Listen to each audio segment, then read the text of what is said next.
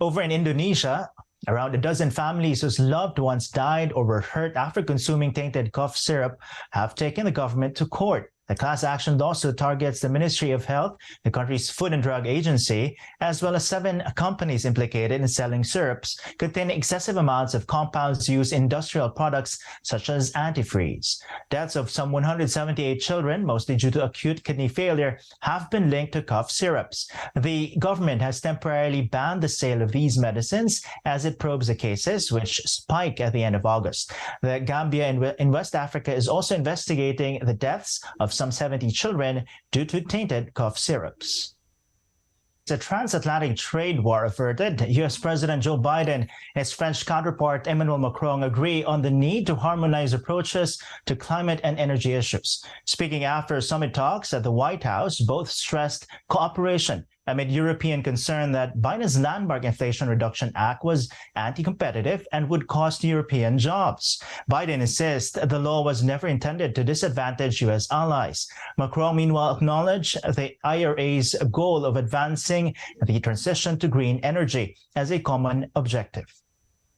The United States makes no apology, and I make no apology since I wrote it for the legislation you're talking about. But there are occasions when you write a massive piece of legislation, and that has almost $368 billion for the largest investment in climate change on all of history. And so there's obviously going to be glitches in it and need to reconcile changes in it. We want to succeed together, not against each other. That was clear, and that is what emerged from this morning. And that is exactly the philosophy that I share, and that is what we need. The two leaders also presented a united front on Ukraine, with Biden now saying he is willing to talk to Russian President Vladimir Putin if he is looking for a way to end the war. Biden has resisted talking to Putin since the Russian leader launched the invasion in February, while Macron has kept lines of communication open. The U.S. government donates thousands of HIV test kits to the Philippines to mark the observance of World AIDS Day. As Rafael Busano tells us, the donation will help to detect the rising number of HIV cases in the country. In just a decade, the average number of Filipinos newly diagnosed with HIV has risen by nearly 5 times. From an average of 9 in 2012, it grew to 30 in 2017.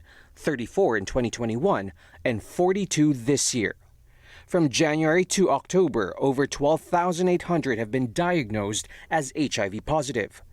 The Department of Health attributes the rise in cases to the inability to access testing services because of the COVID-19 pandemic.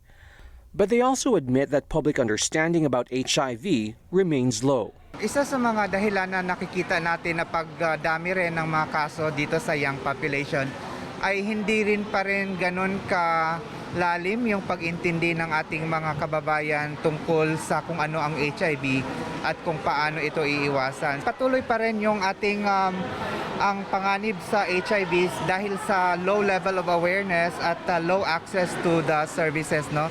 Hindi pa rin kasi mataas yung paggamit natin ng mga condoms among at-risk population. There are no unique symptoms for a person with HIV. What's mainly affected is the immune system.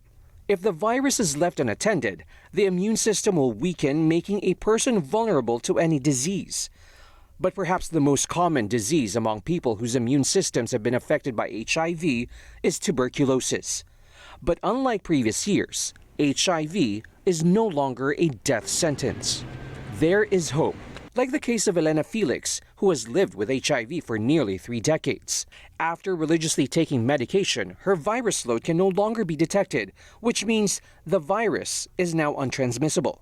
Naniniwala kami, kailan pa natin bibigyan ng tamang information ang mga kabataang ito kapag infected na sila? Katulad ko, infected na ako nung nalaman ko ang tungkol sa HIV. Hindi na rin natin dapat ikinahihiya ang pag-uusap tungkol sa sex kasi naniniwala ako na habang kinukubli natin ang pakikipag-usap tungkol sa sex, mas lalong nagiging vulnerable ang ating mga kabataan. To increase the country's capacity in testing, United States Ambassador Mary Kay Carlson led the turnover of 86,000 HIV viral load test kits to the Philippines. These tests are vital to helping the Philippines move closer to achieving its goal of controlling one of the fastest growing HIV epidemics in the world today. More importantly, with this donation, we aim to amplify the hopeful message of U equals U, that undetectable is indeed untransmittable. Like other pathogens, the topic of HIV should also be taken seriously. To do this, a person, especially one who engages in risky behavior, must get tested, because the earlier the status is determined, the sooner the treatment can begin. Rafael Bosano, ABS-CBN News.